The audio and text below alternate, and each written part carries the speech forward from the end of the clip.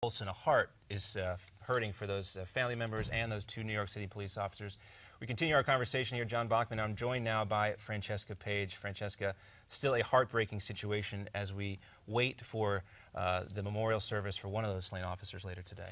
That's right, John. And so it has. The death of two officers may have pushed the situation into a state of crisis. Yes, and now we want to talk a little bit more about the relationship between police and community and also the issue of race here. And joining us now to do that is John Hope Bryant. He's the chairman of Operation Hope and author of How the Poor Can Save Capitalism. John, it's great to see you again. Merry Christmas, Happy New Year. Great to talk with you, sir.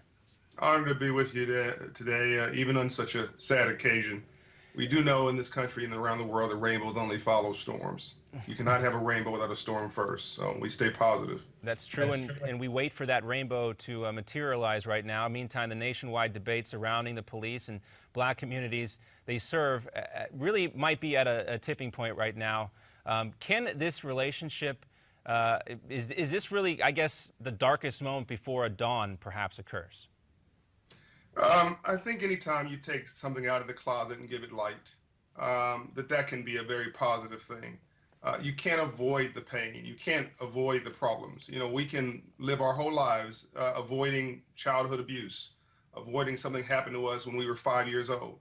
But unless we deal with that as an adult and go get counseling, go get healing, and get beyond it, which means the pain has to come first, then that'll start, showing itself in our marriages, in our relationships. We'll start popping off at people. We may start abusing people ourselves. So yes, this is a necessary catharsis that this country has to go through. And let's keep in mind that I was talking to Ambassador Andrew Young yesterday, who was, of course, Dr. Martin Luther King's aide in the Civil Rights Movement. He's my play father and my mentor.